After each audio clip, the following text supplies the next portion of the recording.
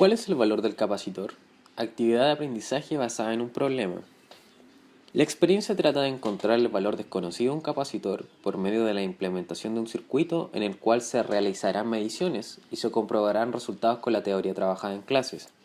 Al grupo se le hace entrega de una resistencia con un condensador y una inductancia, cuyos valores de R y L son conocidos.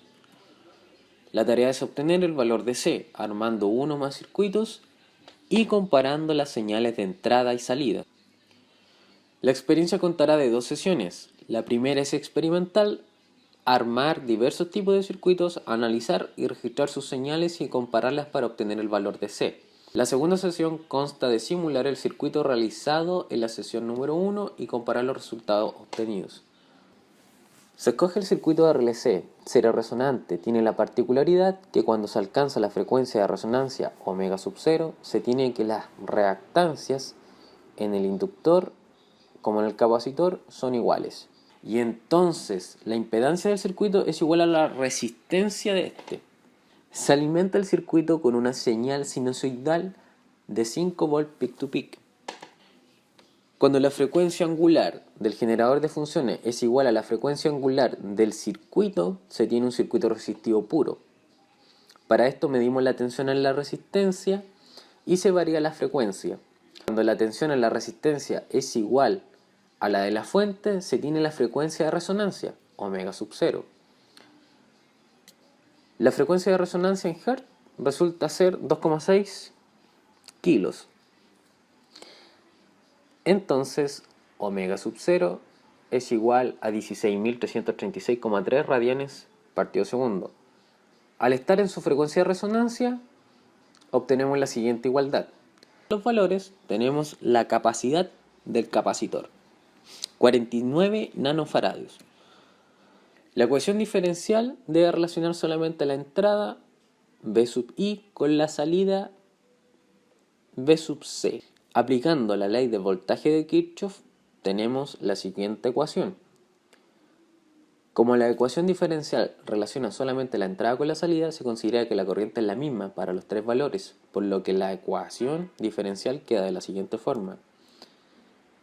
Se reordenan los términos para llegar a una expresión donde se pueda apreciar la linealidad del sistema e invariancia en el tiempo, quedando de la siguiente forma. Para la ecuación diferencial hay dos respuestas: respuesta en estado transitorio, homogénea, respuesta en estado estable, particular. Respuesta en estado estable es la solución particular de la entrada, que para la respuesta al escalón debe ser un escalón unitario con amplitud A. Como el voltaje de entrada es constante para t mayor a 0, entonces la respuesta de estado estable es simplemente el valor de la amplitud, o sea, A. Respuesta en estado transitorio. Para obtener la respuesta de estado transitorio, se debe analizar la solución homogénea de la ecuación diferencial, mediante su ecuación característica. La respuesta dependerá del valor de las raíces S1 y S2 de la ecuación característica. La respuesta tiene tres casos. Caso sobreamortiguado. Se da cuando las raíces son reales y negativas y se cumple la siguiente desigualdad. Caso críticamente amortiguado. Se da cuando las raíces son reales y negativas, pero se repiten y se cumple la siguiente igualdad. Caso subamortiguado. Se da cuando las raíces son complejas conjugadas y se cumple la siguiente desigualdad. Una vez estimado el valor de C, se alimenta el sistema con un tren de pulsos, el cual se simula una entrada a escalón. Se toma como salida la tensión en el capacitor.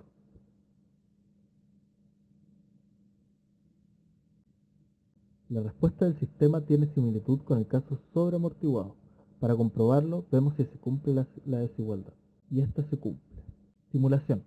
La segunda sesión consta de simular el circuito RLC serie con el programa Multisim y corroborar la forma de onda y cálculo obtenido en la sesión 1. Se arma el circuito digitalmente como se muestra en la siguiente figura. Conectamos un osciloscopio de dos canales, A y B. El canal A es para visualizar la entrada y el canal B visualizará la salida del sistema.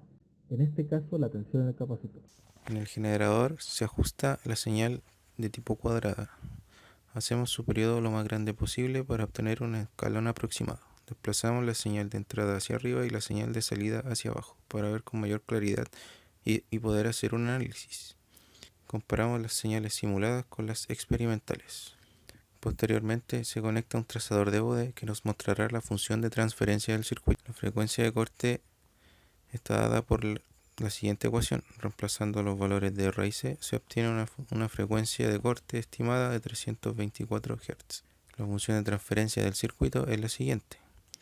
Nótese que la señal de entrada es el voltaje y la señal de salida es la corriente. HDS es la función de transferencia.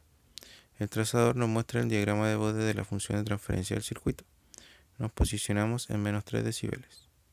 La frecuencia de corte es la frecuencia en la cual aumenta o decae la ganancia del sistema en 3 decibeles. El Bode nos muestra que nuestro sistema tiene una característica de un filtro pasabajos. Vemos que la frecuencia de corte a menos 3 decibeles es de 330 Hz, que se acerca bastante a lo obtenido teóricamente anteriormente. Como conclusión, podemos ver que existen diversas formas de calcular la capacitancia desconocida en un circuito, ya sea Laplace, Fourier u otros. Obviamente estos datos no son 100% correctos ya que contamos con factores externos aleatorios. Esa ha sido nuestra presentación. Muchas gracias.